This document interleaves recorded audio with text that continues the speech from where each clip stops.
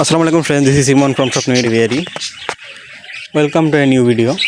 আপনারা অনেকেই জানতে চান যে বাজরিকার পাখির ব্রিডিংয়ের সঠিক সময় কোনটি, সেটি নিয়ে আলোচনা করব। দেখেন, ব্রিডিংয়ের জন্য সর্বোচ্চ ভালো সময় হচ্ছে পাখির বয়স যখন 8 মাস হবে তখন ব্রিডিংয়ে দিবেন, এতে সবচেয়ে ভালো ফলাফল পাবেন। কিন্তু এর আগেও আপনারা দিতে পারেন, এক্ষেত্রে সমস্যা নেই, তবে 8 মাস দেওয়াই ভালো। বাজরিকা সাধারণত 3 মাস থেকেই 6 মাসের ভিতরেই ব্রিডিং মোডে চলে আসে। তো 3 মাসে বাচ্চা দেওয়া খুবই রেয়ার, ডিম বাচ্চা করা, পাখির স্বাস্থ্যেরও ক্ষতি হয়।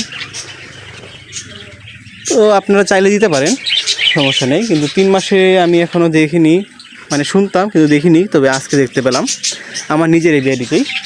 আমি যখন আজকে বিকালে খাবার দিতে আসলাম তখন দেখি পাখি একটা খাঁচাইনি। তো আমি ভিতরে ঢুকে দেখি হাড়ির ভিতরে নাড়াচাড়া করছে। হাড়িগুলো অন্য পেয়ারের জন্য ছিল, কিন্তু সেটা দখল করে নিয়েছে। তো আমি যখন চেক করতে যাই তখন দেখি হাড়ির ভিতরে বসে আছে এবং সাথে 2টি ডিম রয়েছে।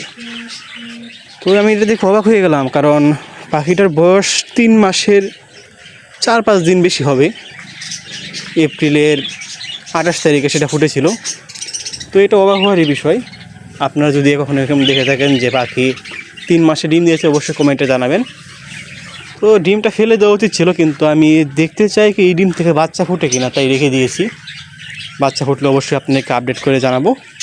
সেই পর্যন্ত সাথেই থাকবেন। আসসালামু আলাইকুম। আর আপনারা চাইলে আপনাদের এরিয়াটিতে যদি এরকম কোনো ফানি ঘটনা ঘটে থাকে তাহলে সেটা কমেন্টের মাধ্যমে জানাতে পারেন। ধন্যবাদ।